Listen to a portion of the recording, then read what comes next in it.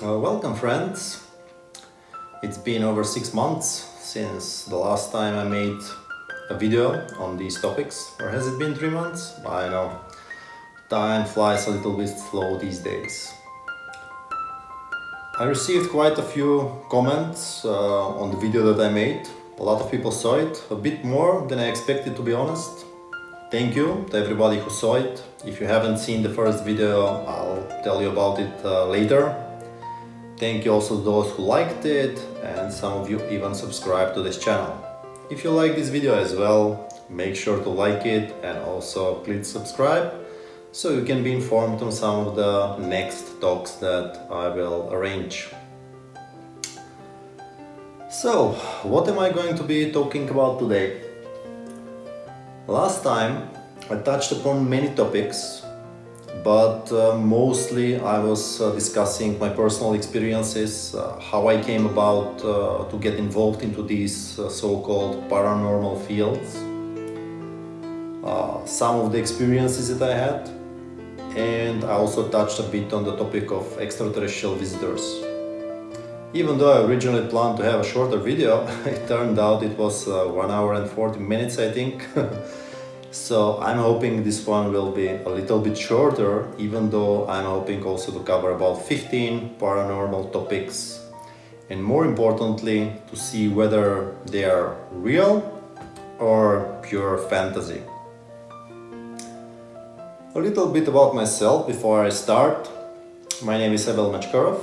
I'm an electrotechnical engineer, also employee of IBM. Quite heavy on scientific background. As you might imagine, I've always been a big fan of physics, of pure hard science, but at the same time, for the last 25 years, I've been experiencing and researching all kinds of paranormal topics, especially dreaming and astral projection. You can check above on the link the first video where I go into more details of my experiences and where I gained all this knowledge and analysis about the topics that we will discuss today. But for today, as this is part 2, I think this short introduction will suffice. So what are we going to be talking about today? Lots of topics: hypnosis, ghosts, astrology, spells, witchcraft, black magic, dark magic, you name it, Reiki, bioenergy, basically all those famous things that we see all around us, and many of you, I'm sure, wonder whether they are real or if they are just pure fantasy. So, first and foremost, let's start with the most famous paranormal topic of all. In this year and age, $2.2 billion per year are spent on astrology. All kinds of forms of astrology, and especially the most famous one, which is the Western horoscope. You open any kind of magazine, you will likely find your horoscope for the next 1 month, sometimes a whole year. So what is astrology, and does it really have the power to predict your future? Or does it even have the power to predict what kind of person you are? Well, let's have a look.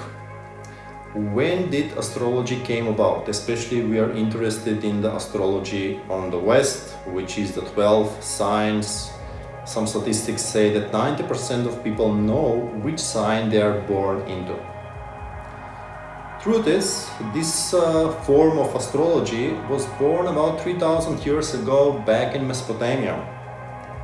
Problem is, when this system was designed, the sun, the stars on which it is based, they were in a different place.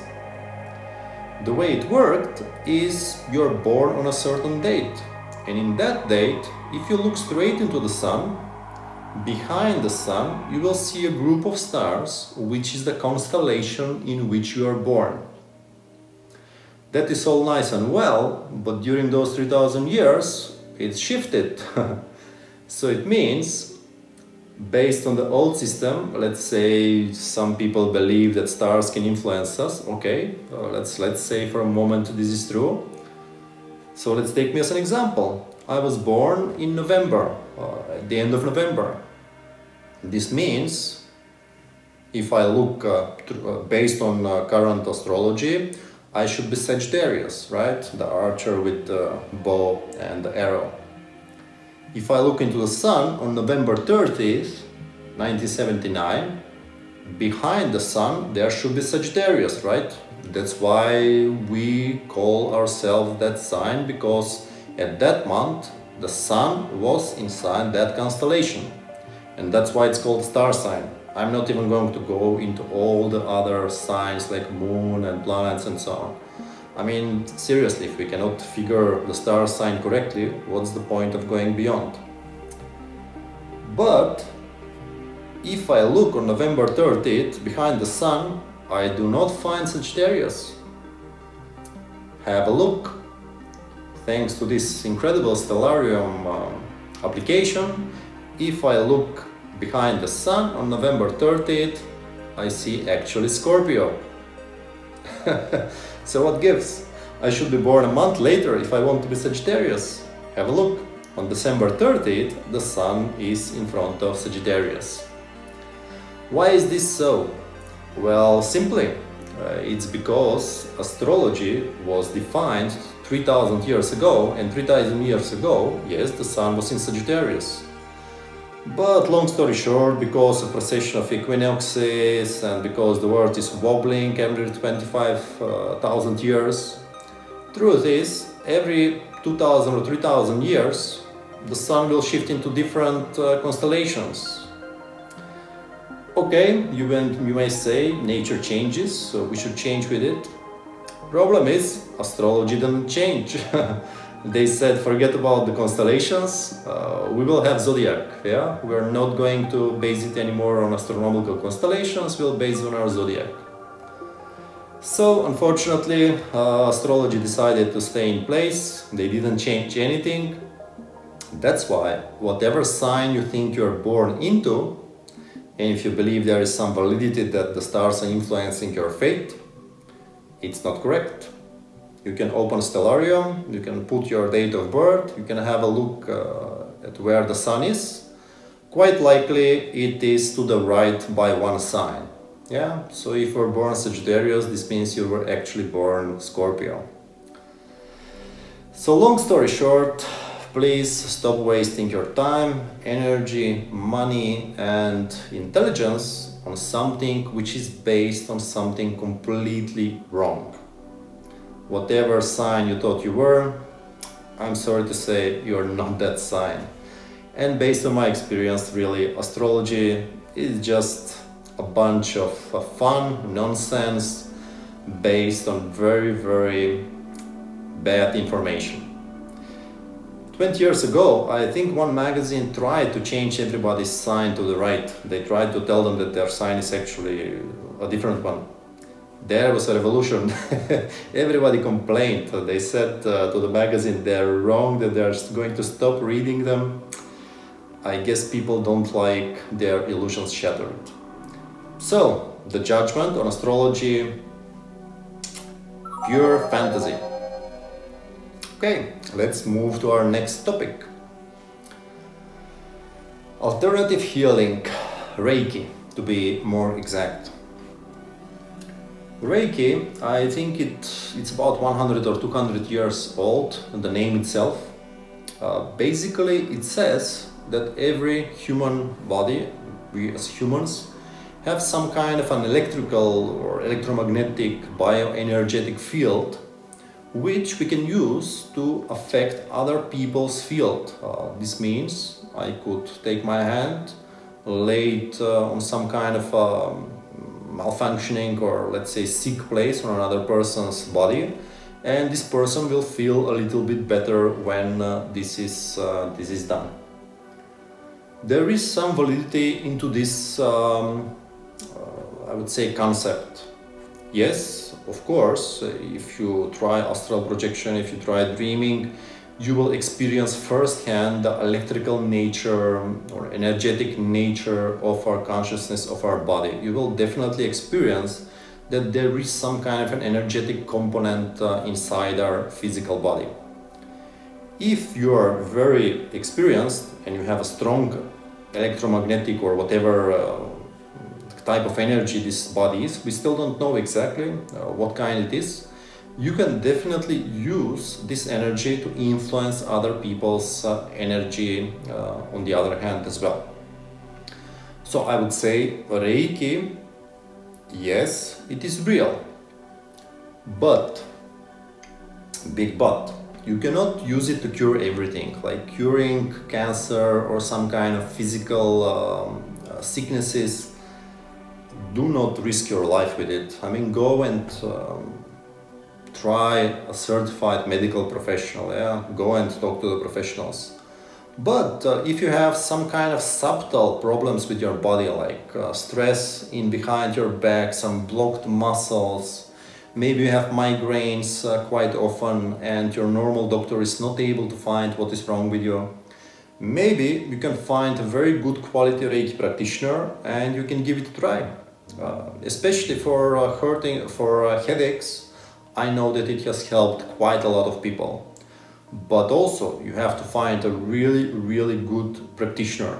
To be honest, in my life, I've met 3 or maybe 4 good ones that really have the bioenergy in their body working and they are able to transmit it and heal other people, so to speak. Problem is, many people today will just take a 3-day course over the weekend, 3 hours a weekend, and they are certified Reiki practitioner. It's not how it works, With true powerful Reiki practitioner, you should be able to really feel their energy. And I don't mean by looking at them or the heat of their hands, but really even from 1 meter distance, you should be able to feel it as they push it up and back. So once again, Reiki, my judgment on this one is definitely real. Go for it, practice it. If you find a great practitioner, make sure to work with them. Of course, it's best if you're able to solve your own problems, but I know not everybody has the time to meditate 5 hours a day to develop these abilities. Then definitely you can try finding some practitioner to help you out. What do we have next? Another topic from alternative healing, homeopathy. My God, first time I heard homeopathy, it was like 15 years ago. I thought it was just some normal natural herbs. I mean, big respect for herbs. I mean, if you take some prescriptions, you'll find out that many of them are based on natural herbs. So I thought it was just some people prescribing some herbs. But 2 years ago, I found out this, I would say, it's not even pills. I mean, this stuff that was being sold over the counter, and it had like 300 positive reviews that it helps with the flu. So upon study, I found out that it actually has some herba, arbea or whatever, they use the Latin name. Upon even more study, I found out it actually homeopathy. So what did they do? They took 1 drop of duck liver, I kid you not. They took a duck liver, probably bought it from the market, and then they diluted it 200 times. 1 drop, you put it into 1 liter, from that 1 liter you take another drop, again into 1 liter, and so on and so on and so on. So if you do the math, you will find out that you end up with pure water. There is not even 1 molecule left from the original substance or whatever you used. They mix it with sugar and they sell you these sugar pills. And they charge you 300 times more. For 5 grams of sugar they charge you $20. Absolute, total fantasy. Homeopathy, forget about it. There is no basis either in science, either in metaphysics, either in the paranormal realms, nothing. It's literally selling you hot air. Instead of hot air, it's just water. It's literally selling you pure water. So let's not waste more time. Homeopathy, you can totally forget about it. Next, we are going to discuss hypnosis. Hypnosis, it's one of the oldest skills when it comes down to these fields. It was popularized by Mesmer, and it used to be called mesmerism. So this guy, he believed that there is some kind of animal magnetism that is present in all human and animal bodies, and it can be freely shared between people, and you can also use it to influence other people. I have to say he got most of it right, yeah? So hypnosis, it's a very powerful tool. If you read some literature on hypnotism, they are going to tell you not to be so scared that a hypnotist can never convince you to do anything that you would not normally do. Not true. A truly great hypnotist, and you can see it on some shows, they even make shows out of it. They can hypnotize you, have you eat a raw potato, and you will think that it's an apple. Would you ever eat a raw potato in real life? I don't think so. So if they can make you eat a raw potato and you think it's an apple, they can make you do whatever they want, and you're not going to even remember it. It's a real phenomenon. I've never really experienced it myself. I've tried it. I've tried with a couple of hypnotists to get myself hypnotized, but deep down inside me, I just am never able to put my guards down and let somebody else take control of my subconscious and my consciousness. So I know people which it has helped them. They've gotten hypnotized, they've taken rid of smoking, they've taken rid of some bad habits, they've taken rid of some traumas in their life. It has really helped them become better. I cannot do it.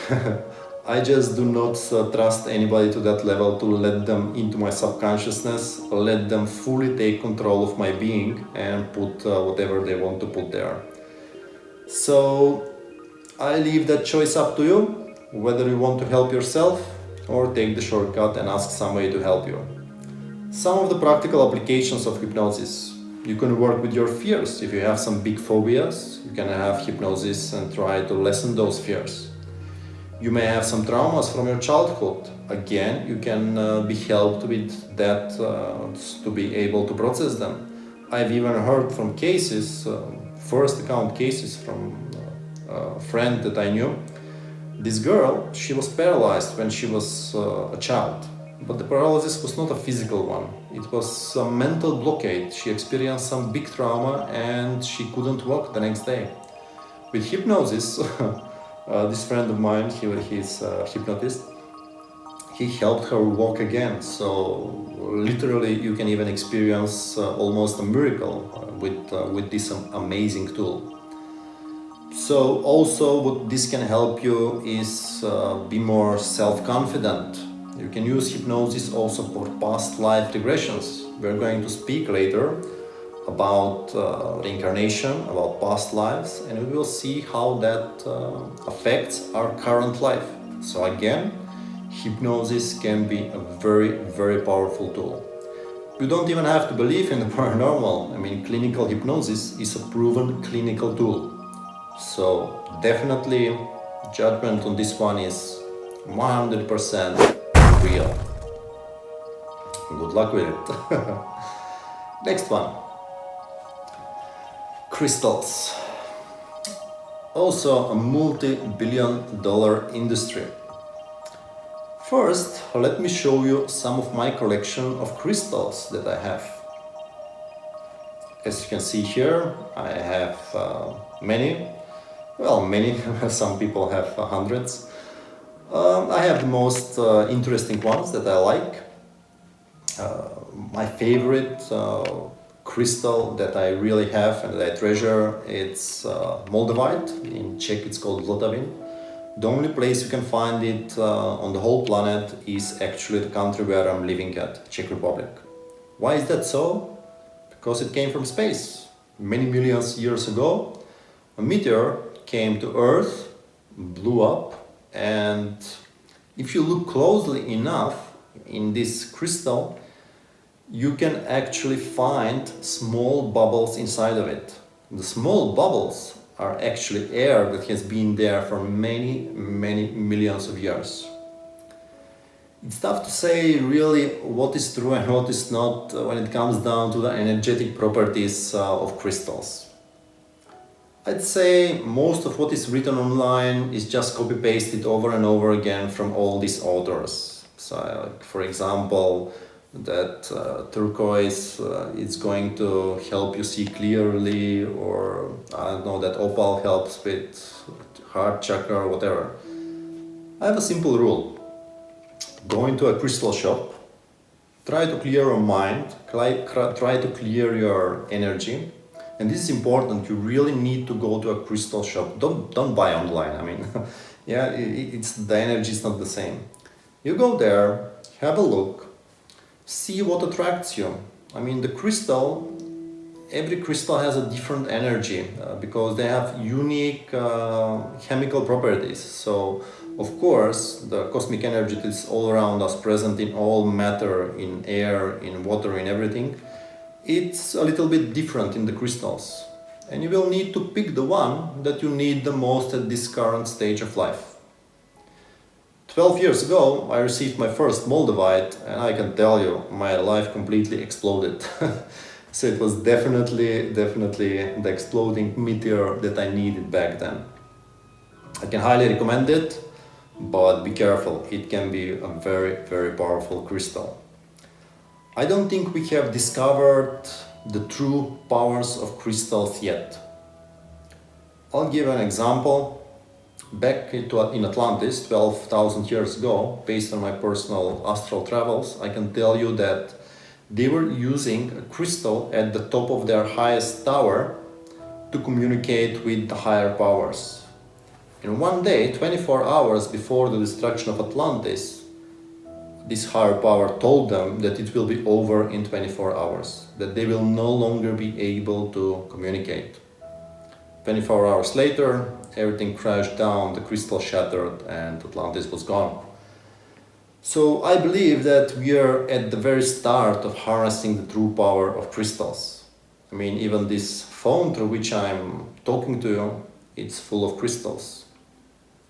So this tells you just how powerful they can be, and we have a lot to look forward to.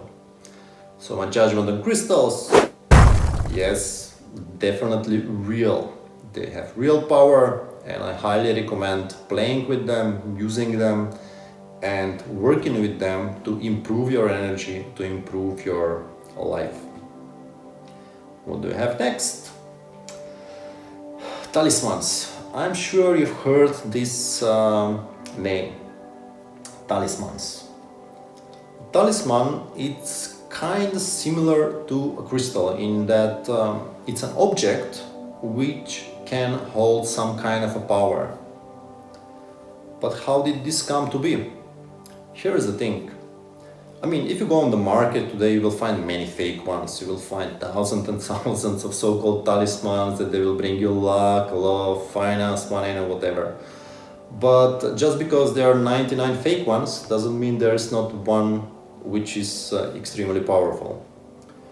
You see, everything around us is made of energy, but this energy is not neutral. Yeah. If you take, for example, a nice warm candle bought from a really nice esoteric shop, I'm sure you will have a different reaction to this nice great candle to some maybe human bones that you found in some old deserted graveyard, right? These two objects will have very, very different energy. Not because only you know where they come from, but also because as objects move through space and time, they soak the energy that is around them. They become one with that energy, they absorb it. And that is the concept, that is the principle that is used to imbue some kind of objects with power.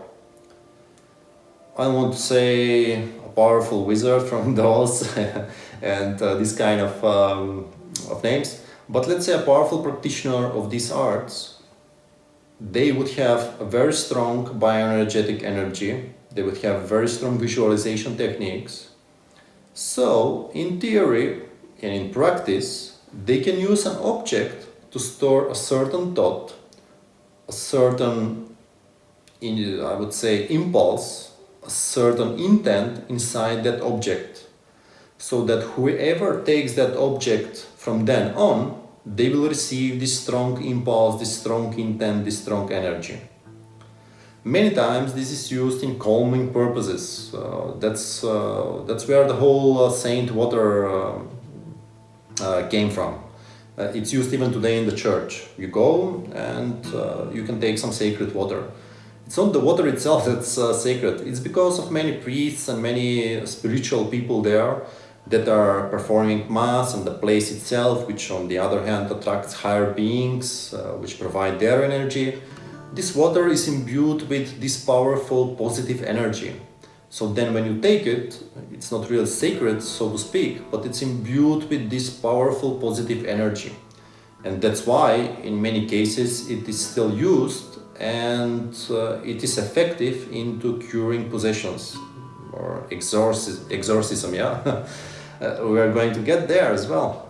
Stay tuned, because it will be also an interesting topic, not for the faint-hearted. So with this concept, yes, you can have an object which is imbued with energy, and this energy can be anything. Unfortunately, sometimes this energy can be negative as well. That's why we have so-called cursed objects. Do I recommend it? Maybe. Maybe, because you never know. You never really know if the energy imbued in that talisman that you're buying or somebody else is gifting is truly a positive one, that it's truly going to help you. Not only energy, even beings can be occupying that object.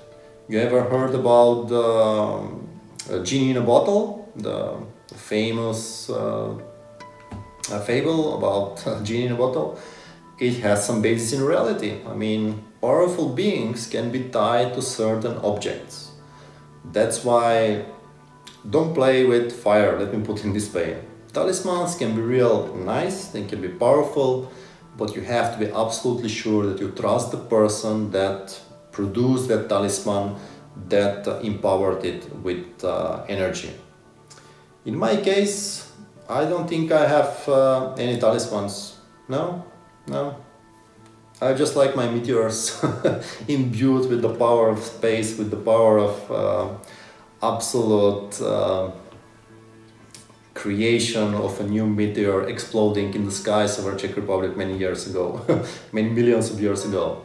That's some really, really powerful energy. Beats any talismans here on Earth. Next one. So, one of my favorite ones. It's called a Telekinesis Psi Wheel. The story goes,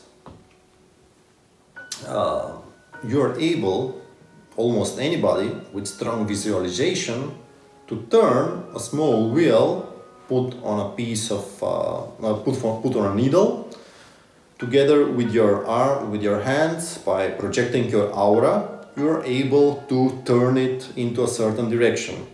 If you take away your hand, it's no longer turning. So, I made a small video, I made a small demonstration. Let's see if it works. Let's see if my aura and energy is strong enough.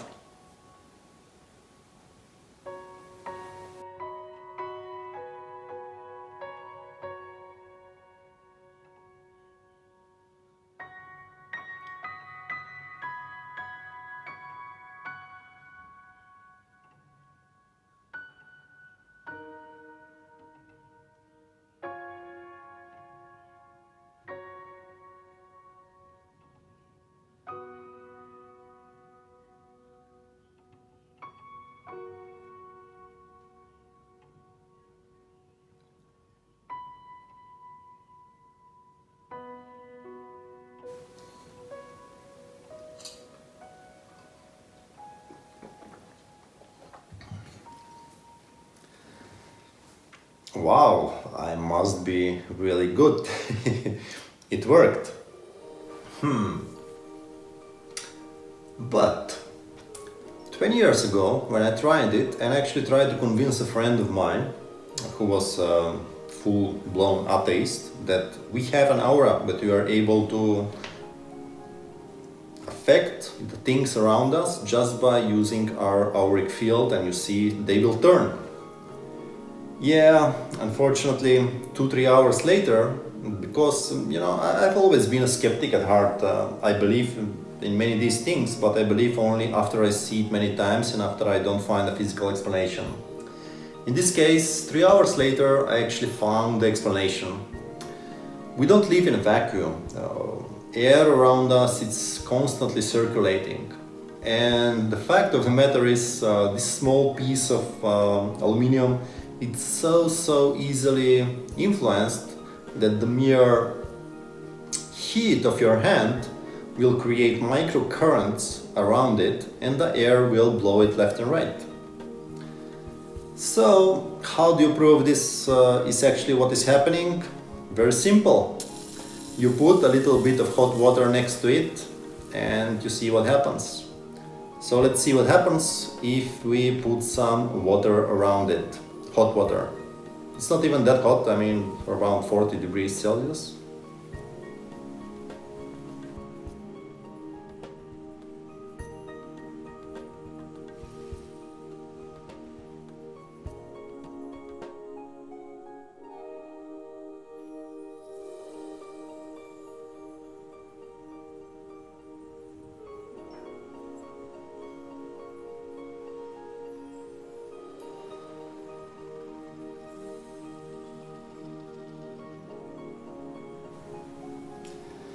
So, sad to say, for those which would like this to be true and a proof of paranormal activities, this is complete, total fabrication, a complete fantasy. Let's move next to more important topics and let's not waste more time on stuff which are just fantasy. Next one. 3 years ago, I was visiting this esoteric fair, or was it 6 years ago? 6 years ago. This esoteric fair, and the most things that I saw there, except for some shops with crystals and great stuff, most of the people there were just charlatans which should know better, but probably don't know better, read maybe a couple of books and then they think they can offer some good stuff. So most of them were reading cards, tarot, we'll speak about it later. And about half of them had procured laptops with web cameras, and for a certain fee you could take a photo of your aura. Wow! As you might know, I'm an electrical engineer, also an IT expert. So looking at this iPhone that is recording me, I could pretty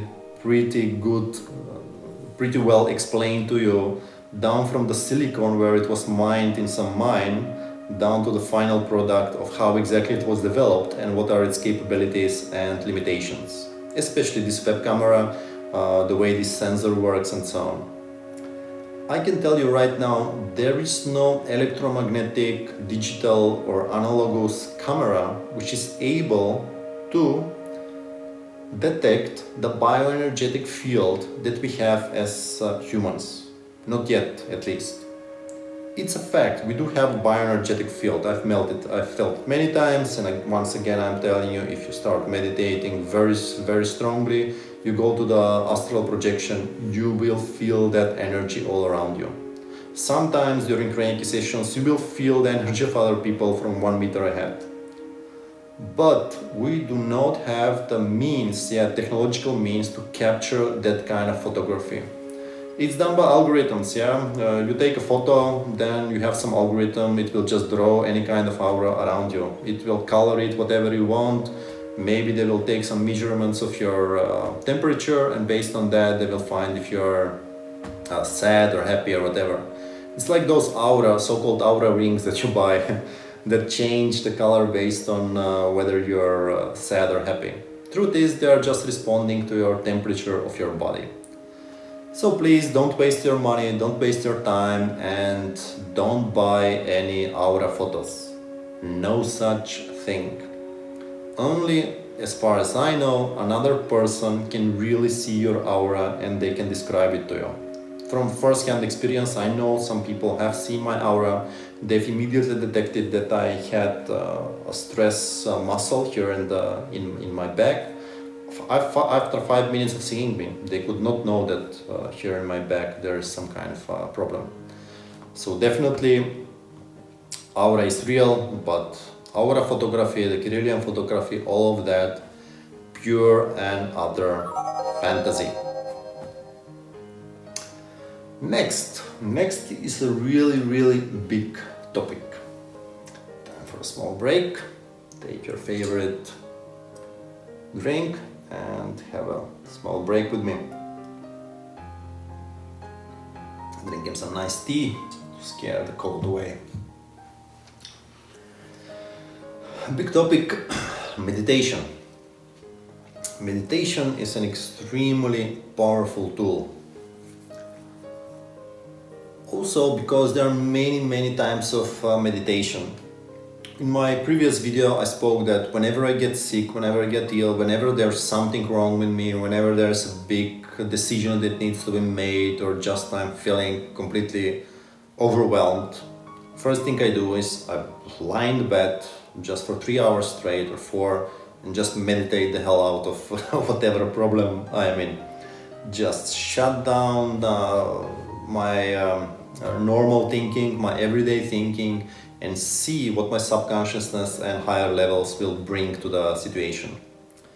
So meditation, there are many types of meditation. First, there is the normal, relaxing, calming meditation. You can even meditate while walking. You don't even need to have your eyes closed or sit in the lotus position. Lotus position, you don't need it, yeah? I couldn't, for the love of God, sit with my legs crossed. They would die. So for meditation, I just take the most comfortable chair I have around me, usually like a whole sofa, and then just have half sitting and just close my eyes and tune out. You can meditate while listening to relaxing music as well. I don't want to go into all that details inside this video. Quite honestly, it would be a 1-hour video just to explain the basics of every type of meditation that is out there. But the 3 most basic principles is: A, meditation will help you shut down your constant dialogue that is going on inside your conscious head. Especially it will help you shut down the irrational fears, all that blabbling that is going on in your head that you cannot just stop thinking. B, it will reduce tensions and stress in your body, so your physical body will feel a whole lot better. You know very well that stress sometimes completely blocks your muscles. That's because all that chatter in your head is blocking all these energetic pathways that are delivering very nice, healthy energy through all your body. And 3, it will help you see more clearly in all kind of situations.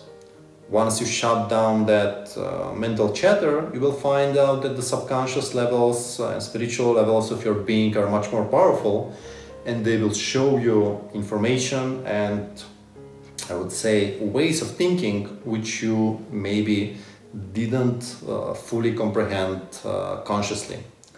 So meditation, absolutely 100% real. You definitely need to start meditating, any kind of meditation, as soon as possible, basically. There is no human on this earth that could not profit from some type of meditation.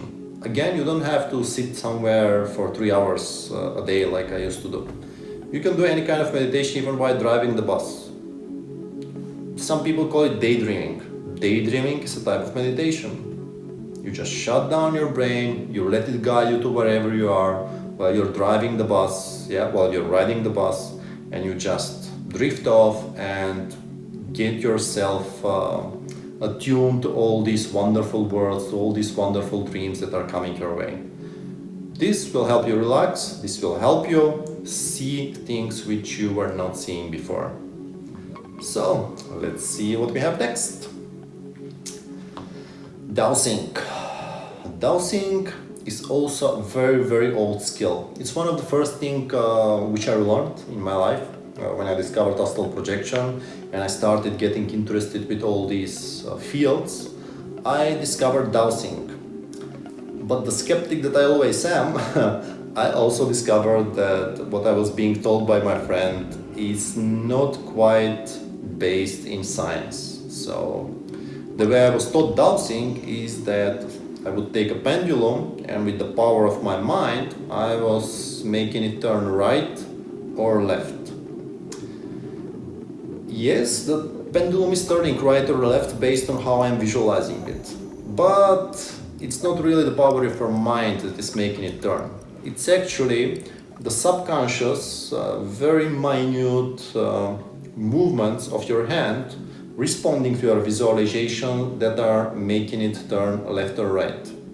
I mean, you can easily find out that it's true because if it was your mind powering the turning of the pendulum, you don't have to hold it in your hand. You can just make it hang by a ceiling and then you would be able to affect it on the distance, but that's not how it works. So let me show you how it actually works on a very simple exercise. We're going to give it a try. We're going to make the pendulum swing up and down. That's usually indicating for unclear. And we're going to visualize and want the pendulum to swing in a clockwise direction. Okay, first we see it's kind of elliptical. Keep in mind all of this is happening subconsciously. You do not even have to think about the motion itself, you just have to visualize it. And your subconsciousness will send the impulses to your hand and it will make the pendulum swing. Okay, let's equalize again in the middle. Now let's visualize counter-clockwise motion. See? And it's there.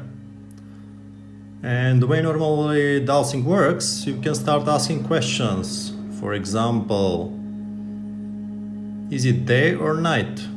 If it's a day, please swing clockwise. If it's a night, please swing anti-clockwise. Is it day or night?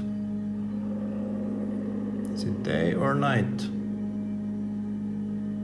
See, the pendulum is telling me that it is day, it is not night. Of course, this is because I can see it's a day, but the theory behind this is that your subconsciousness can access all kinds of information which are not consciously available to you. So in this way, the pendulum is nothing more than a tool with which you can access your subconsciousness. So a happy dowsing, and of course you can use anything you want. You don't have to have a crystal. There are many fancy stuff that you can buy on the market, but it's just overpriced. And yeah, I mean anything can be used to swing up and down, right?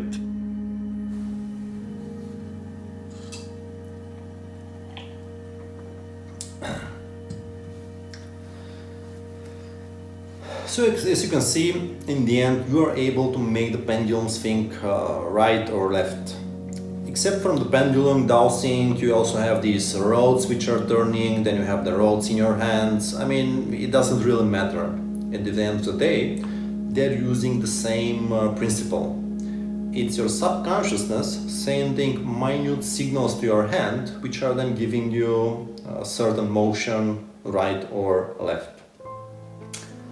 How can this be used for practical applications? This can be used especially for discovering your own fears.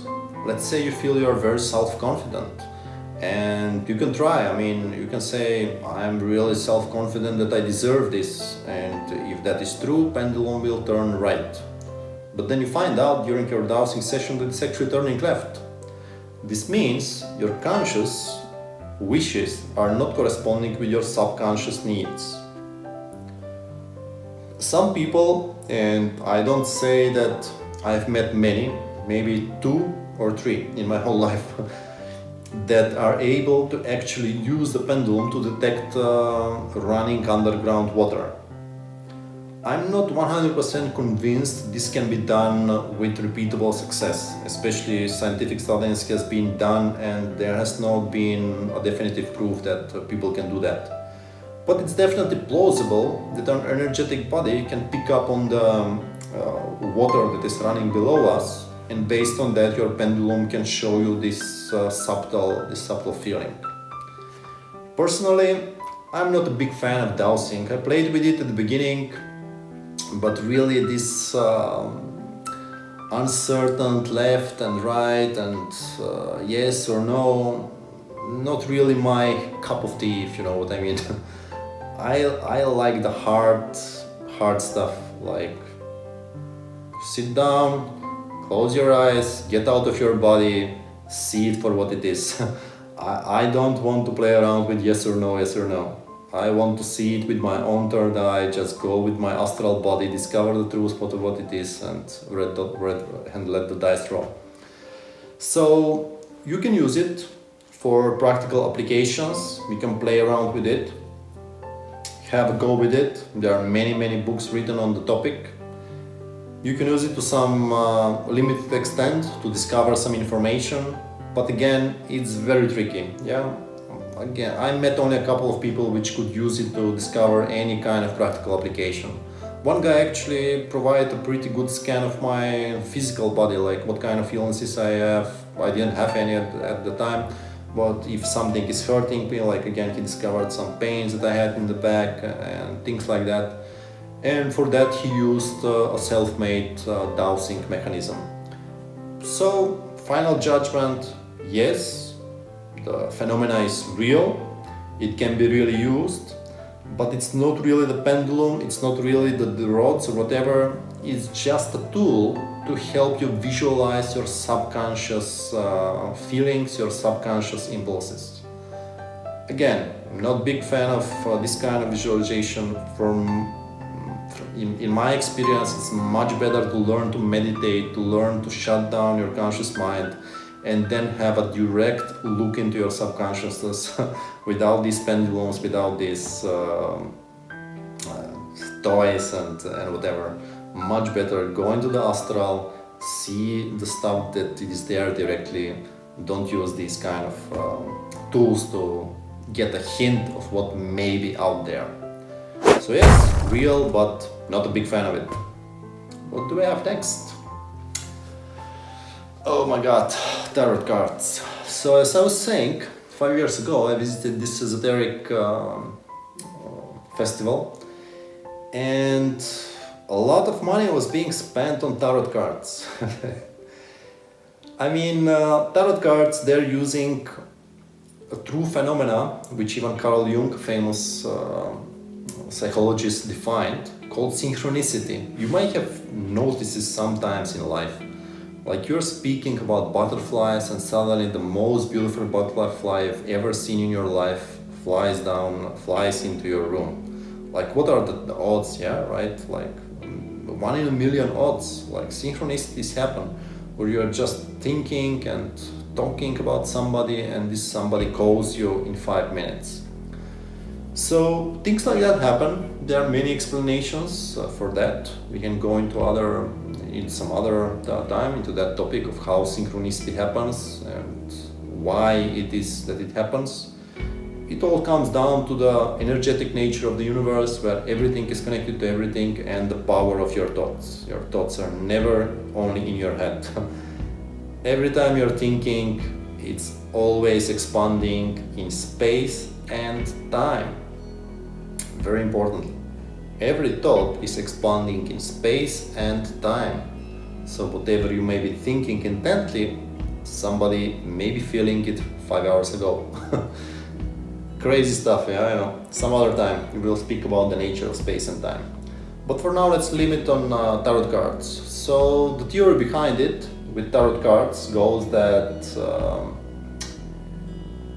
you can basically use this synchronicity principle to pick the 3 cards from the whole deck that will very much answer all your questions, all your troubles right now.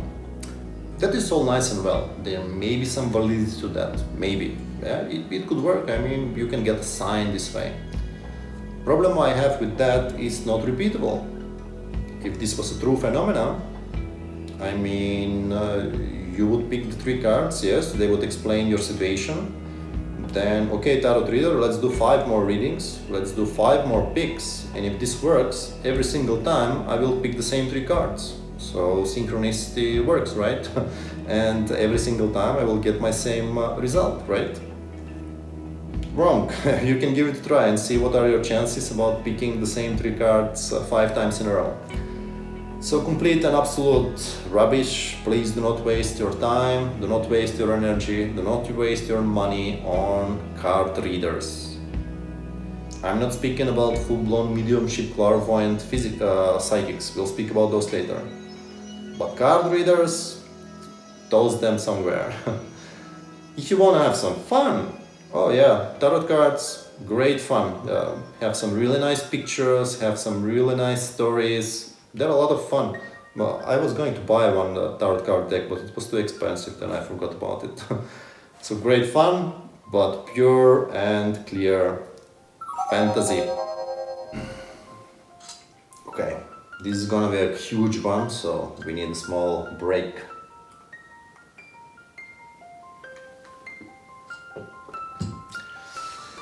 Chakras. Oh my god, everybody wants to do some chakra cleaning these days. Chakra empowerment, chakra cleaning, chakra enlightenment, chakra opening, chakra closing, whatever chakra. I mean, look, let's not mutualize, let's not put any mythology into this more than it needs to be. We already discussed that the human body as it is not just this physical body, but it's a complex bioenergetic magnetic system. Yeah. And of course, it's not like it's a homogeneous and it's all the same everywhere. There are certain energetic centers in the body with which this body connects to different aspects of the whole world. If you check in my book on the link below, I go into full length explaining how these 7 points of existence in the human body connect to the whole universe and how they are part of something bigger than just energetic centers. Chakras are definitely real and you can use them to great effect to troubleshoot your current state of being, to troubleshoot your life, to see if something is not going well and also improve it. You look at this body, it has 7 main points of energy connection to the universe. First one, right at the bottom, is the material one. With this one, you use energy in order to sustain your physical existence. This means money, food, shelter, this kind of stuff which helps maintain your physical body. The second one is sexual energy. This one you use to procreate. This one you ensure that the generations will keep living and that the whole humanity will not die. Third one is the ego, it's the social system. This ensures, it's right in the belly, this ensures that you are connected to the larger whole. And by larger whole, I mean your tribe, your country, your collective, basically that you are part of a certain herd working toward a single goal. Fourth one, very important, heart energy, the universal feeling of love. But it's just 4 because there are other higher stuff even than love, no matter what New Age will try to tell you that it's just love, that is the most important thing. Not true. Very important part of the system, but doesn't end there. I got lost. So 5th one was the communication one. Now if you go to 6, that is your 3rd eye, so to speak. 6th connects you to all that is in the other dimensions. This means that is where time travel becomes possible, time travel in a way that you can go back and see what happened, you can go forward and see what will happen, yeah, but you cannot influence, of course, what happened, at least not to a big extent. And the seventh one, also maybe the most important one, this is where you connect to the divine power, to the higher levels of existence. This is where you understand why things happen and what will be the consequences of the actions that happen to you. Again, for more details, you can check on the book below. But for now, you should know that chakras definitely real, and I would definitely recommend developing them, as well as troubleshooting whether something is wrong with your life by analyzing these levels of energy, seeing whether your life contains these levels of energy, whether they are healthy, yeah, whether it's nicely expressed also in your physical life, and if not, then maybe meditating, focusing on that chakra that you would like to fix, and seeing what thoughts, what intuitions, what ideas come to mind that you should work on in order to improve that energetic chakra. Yeah, for example, you want to improve your financial situation, maybe you should be meditating and focusing on your bottom chakra, see what kind of ideas come in order to improve that. You may realize that you may need to improve all the other chakras in order to be more harmonious with nature, so to speak. As I was saying in my first video, when I was meditating 3 or 4 hours a day, what happened? This energy connected to all the chakras, and the Kundalini that rises slowly connected to all the chakras, and from then on my life really improved tenfold. Things, of course, after that started also happening in physical life, which also improved everything around me. What do we have next? Remote viewing and spells. Oh, this will be a little bit tricky topic. I've heard that it's not very safe to talk too much into detail about this. But remote viewing, the concept is really simple. You close your eyes, you focus on a certain person or an object or a location, and remotely you receive information about that person, object or location, or space and time point in wherever, yeah, in space and time. Like you focus what happened 1000 years ago on this very exact same space and you get some ideas and you write them down, and then you find out if they were real. You will need to get convinced that this actually works first, because it's the first time people hear it, it's so scary, it's so out there that it's hard to believe. Find somebody you can work with, somebody you trust. Have them draw a simple shape somewhere, at best in the next room. Then you sit down, you meditate, and you focus on the shape that they drew. Or maybe they can just print a photo from the internet, something very specific, like, I don't know, a pyramid, some kind of a building, some kind of a very colorful, simple shape. Maybe a car, yeah. And then you try to meditate and get what is that shape that they are hiding. With practice, you will realize that you will start to get the basic tones of that thing. And there are many examples on the internet, but again, you will never be convinced until you try this yourself. You try to remote see what kind of shape, what kind of photo they took. And you will be shocked at how well you're able to receive some of this information.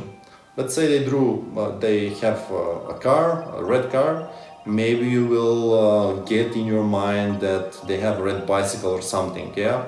You will be very close to that. Of course, with practice, you can become better and better.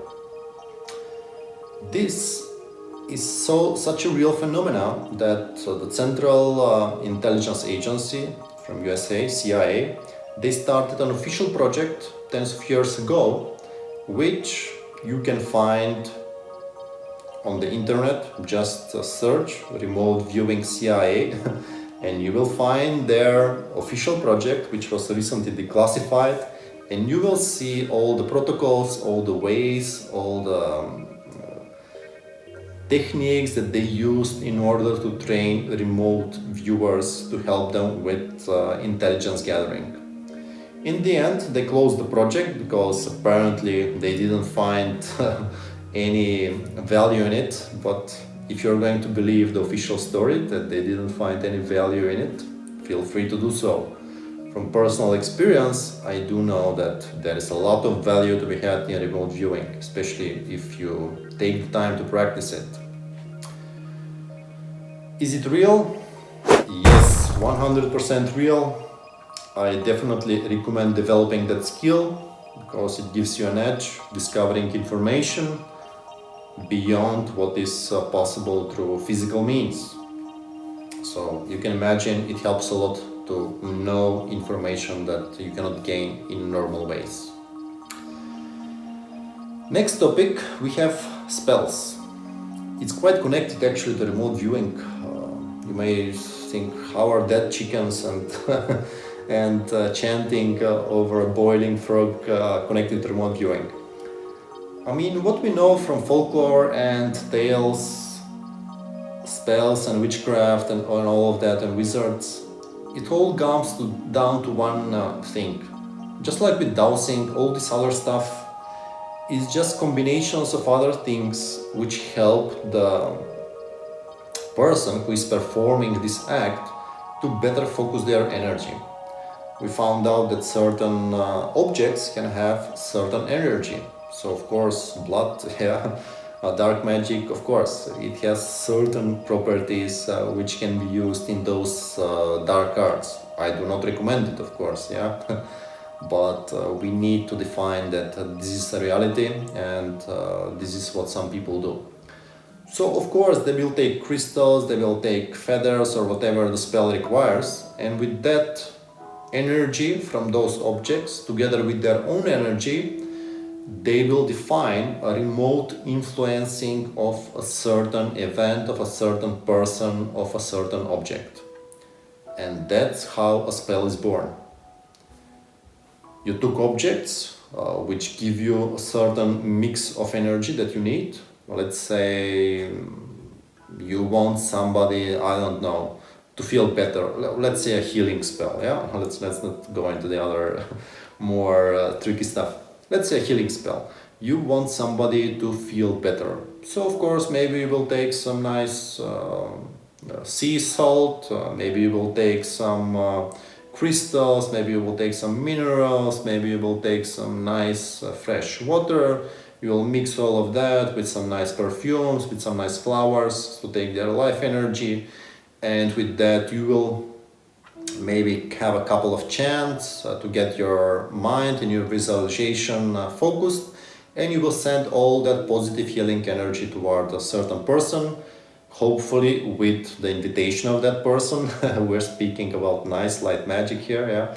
So this person has agreed that they would like a spell to be cast on them, and that's really how it works. So remotely you do not only are able to see things, to get information, but remotely you're of course able to also influence things. You're able to send your energy remotely to wherever on this planet, in this galaxy, wherever, and you're able to influence things, influence people, influence objects, influence events to a certain degree of success, of course, yeah. The more powerful you are, the more you can influence. So are spells, witchcraft, voodoo, all of this stuff real?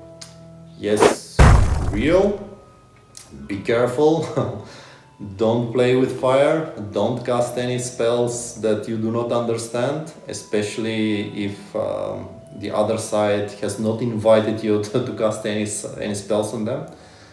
Use it just for really positive purposes. Otherwise, don't blame me that you ended up in some bad situation. It can get real dangerous real fast, yeah? So be careful.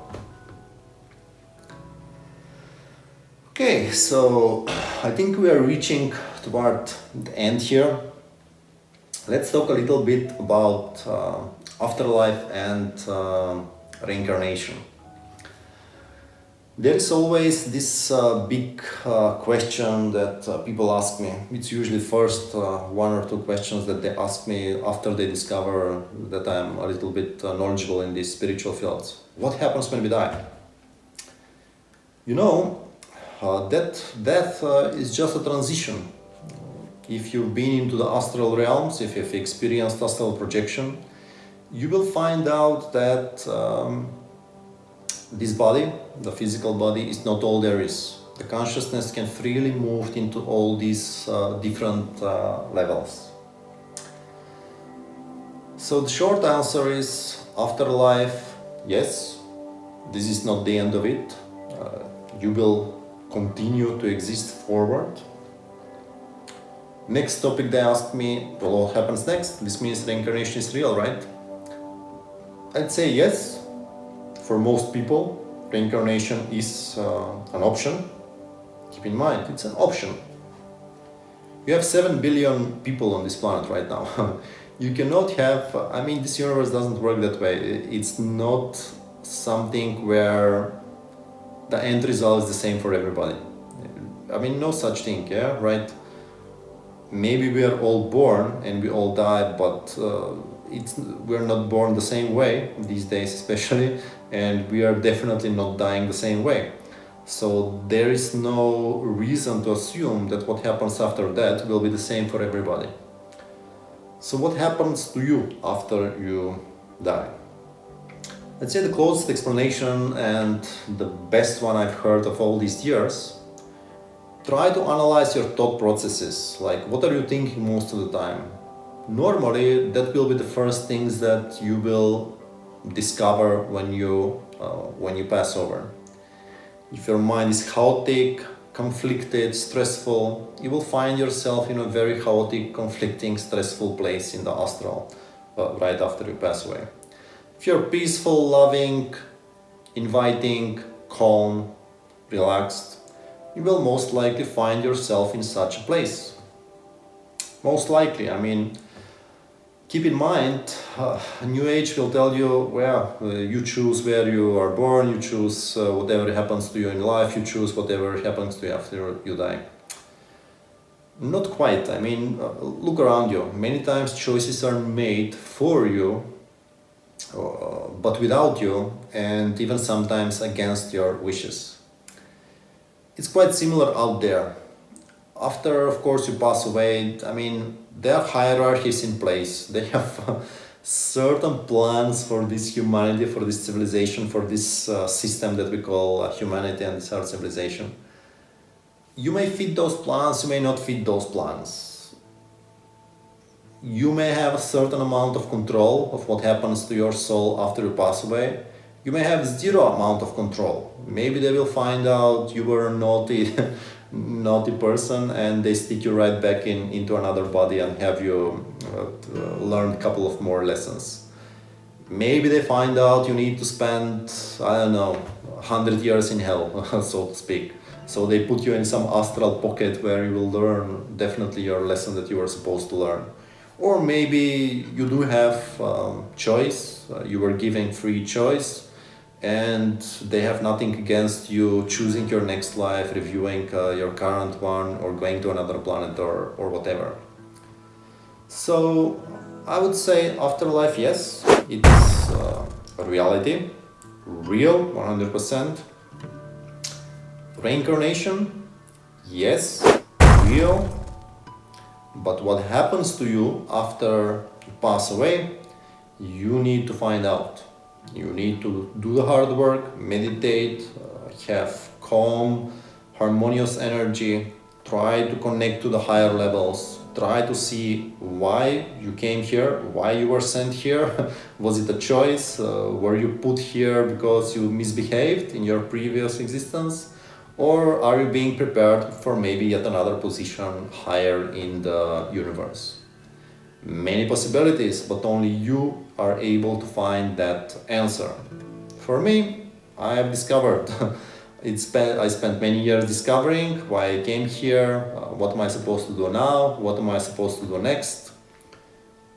Looks like it. This one will be the last life for quite a long time on this planet, but you never know. Maybe if some important things and some fun things are about to happen in 2050, maybe I come back for another time. Try. We'll see. Connected to this topic, of course, we have ghosts. I mean, what are ghosts?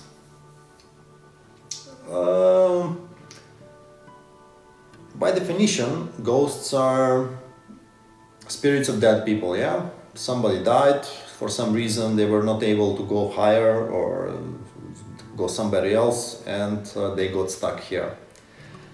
The reality, of course, it's never that simple. I mean, many people have seen so-called ghosts. Well, who knows what they've seen? Maybe they've seen another dimension. Maybe they've seen a hallucination. Maybe they just had too much to drink the other night. Maybe they ate some bad mushrooms. Who knows? Maybe they really did see a dead person.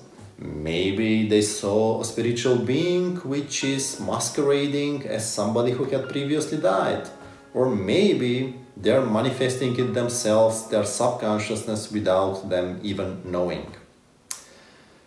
So I would say there are many possibilities of what can happen. But the short answer that I guess everybody is interested in, is it really possible for somebody to die and then come back and affect things around us, maybe harm the living and pass some more information, or just scare people somewhere on a deserted highway?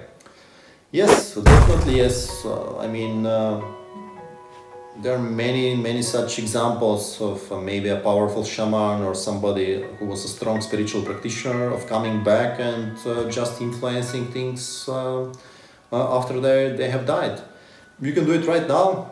If you are very good in astral projection, you can go out there and you can, to a certain extent, manifest some visions and some events and some paranormal stuff to other people right now. Yeah. So that's why when you're in the astral, be careful. Don't just go rushing into other people's lives. They might see a glimpse of you.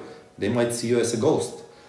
So, of course, if you are advanced in astral projection, nothing changes. I mean, when you die, the only difference is you cannot come back to the body. But once you're out of the body, you can, of course, decide whether you want to go immediately to the higher dimensions, or you will spend some time around here, maybe having a look at how people are reacting to your passing away, and maybe have a bit of fun, scaring some bad people, yeah. Personally, I plan to do it. Yeah, why not? Another connected topic to this one, of course, and this will be a tough one, so we better drink some stuff. Not alcohol, tea.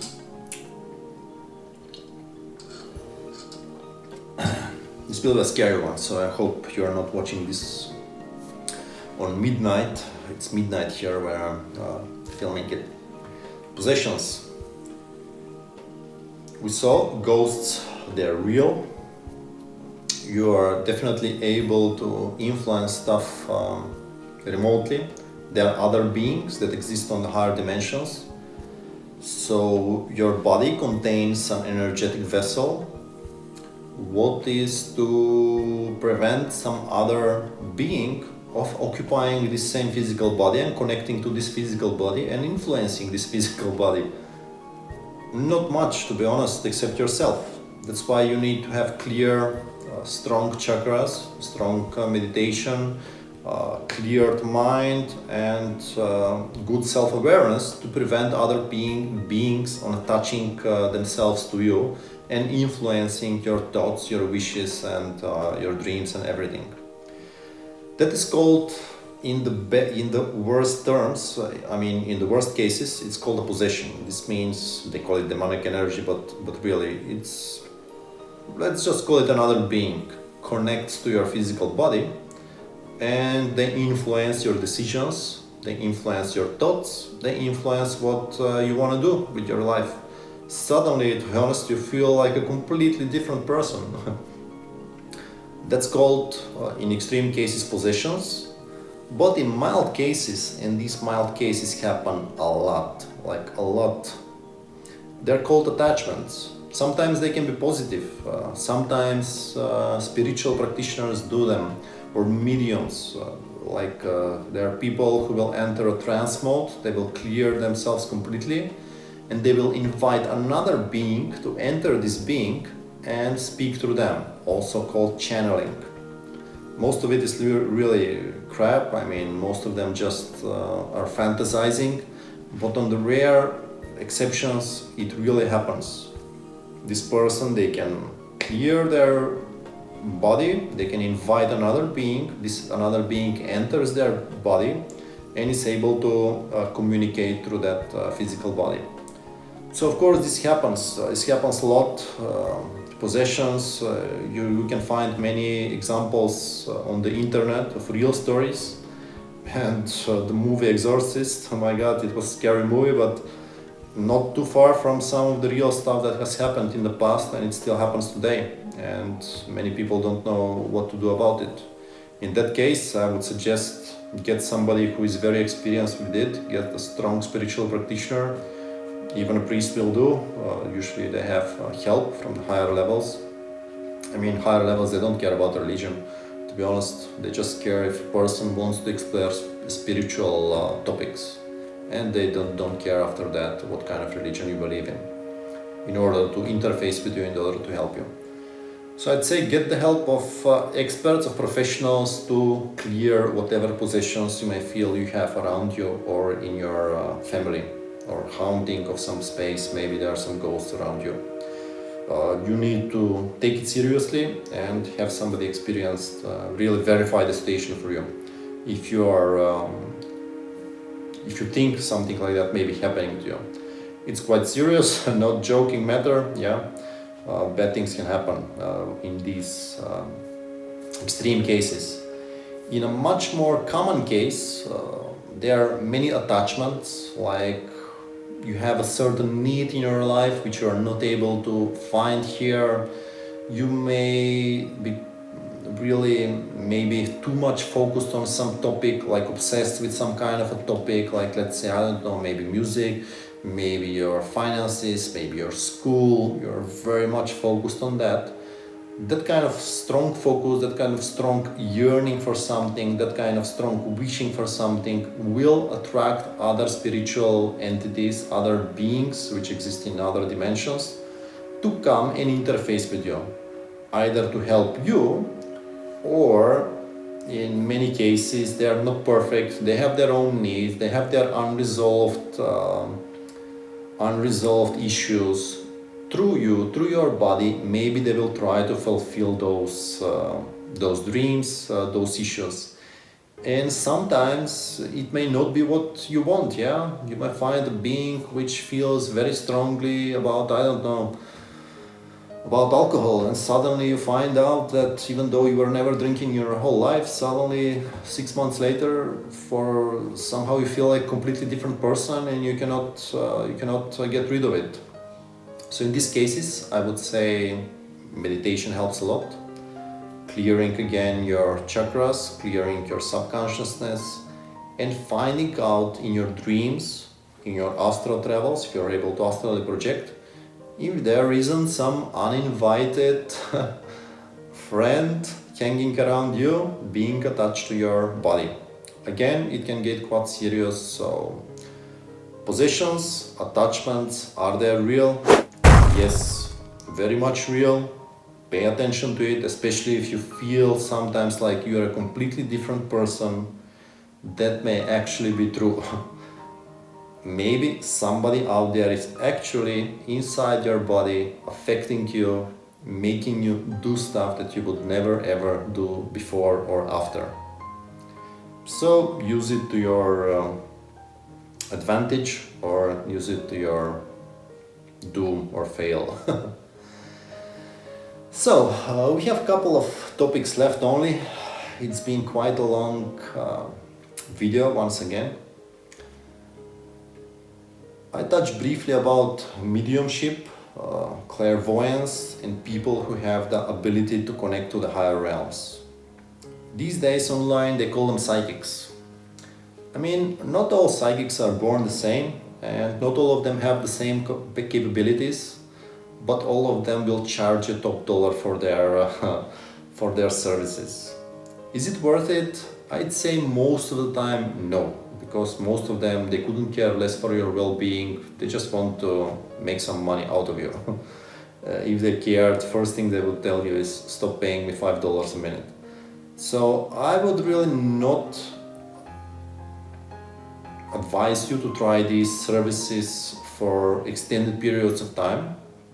I would advise trying it with some very strong, good ones a couple of times, so that you can experience what it is like for somebody else to see your life from remote distance, to find information that they could never possibly know.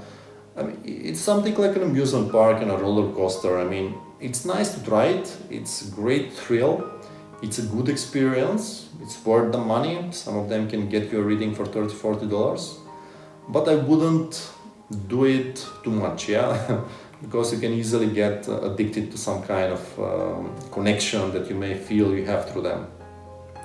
It's better to give it a try, make your own opinion about them. My judgment, whether they are real or fantasy, definitely real. Yeah, some people have strong psychic powers. They are able to read you like an open book. They are able to influence you. They are able to heal you or perform other stuff to you remotely. So yes, but of course, as with everything in these fields, there are many fake ones. For every good, true one, maybe there are about 20 fake ones. How do you find the real ones? Tough to say. I mean, tough to say, really. Your best bet is to find some friends who have very good experience with them, who have good references. Personally, I cannot tell you anybody online. If you are here in Brno, I know just one from the whole city, from the whole Czech Republic. All this time, I've met just one who really has the power, has the sight. Quite expensive too.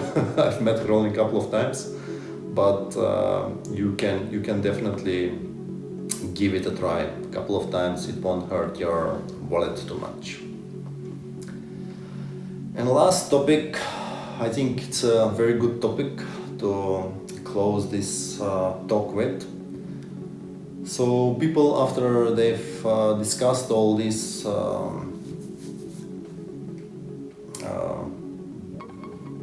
fields and they've opened their mind a bit, the answer comes sooner or later. Well, Evel, what do we do about God? Is there a God? It's, let's say, a long answer. And the long answer begins with a question. How do you define God?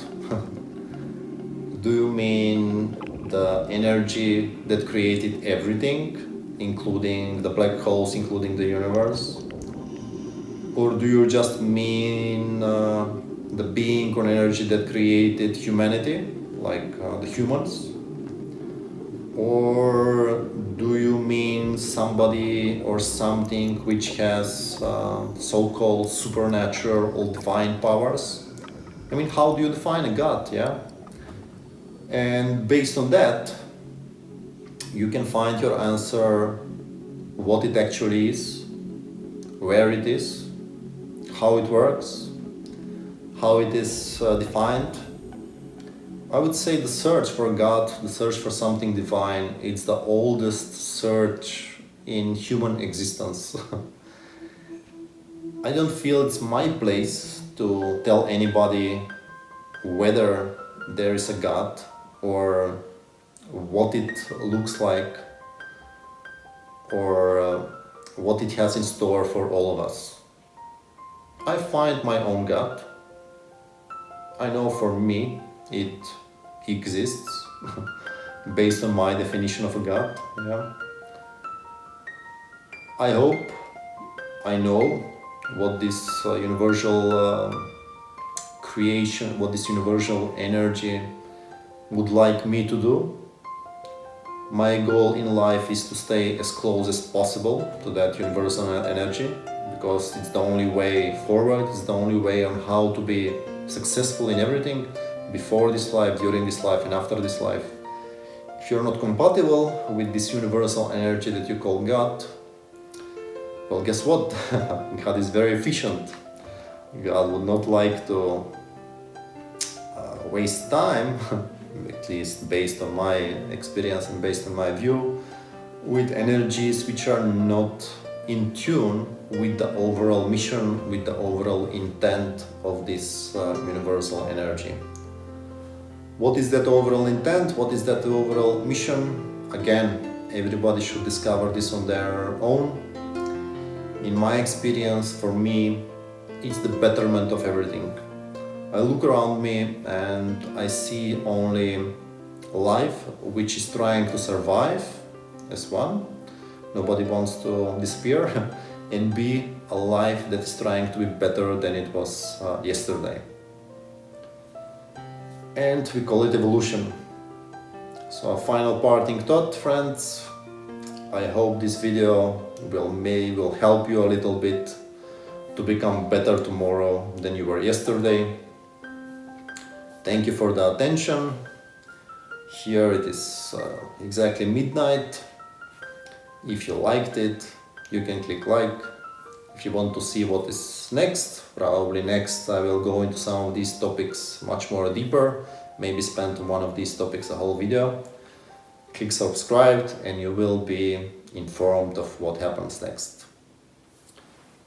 Arrivederci, bye, ciao, na svidania, wherever you are in this small planet. See you next time, or see you up there in the astral realms.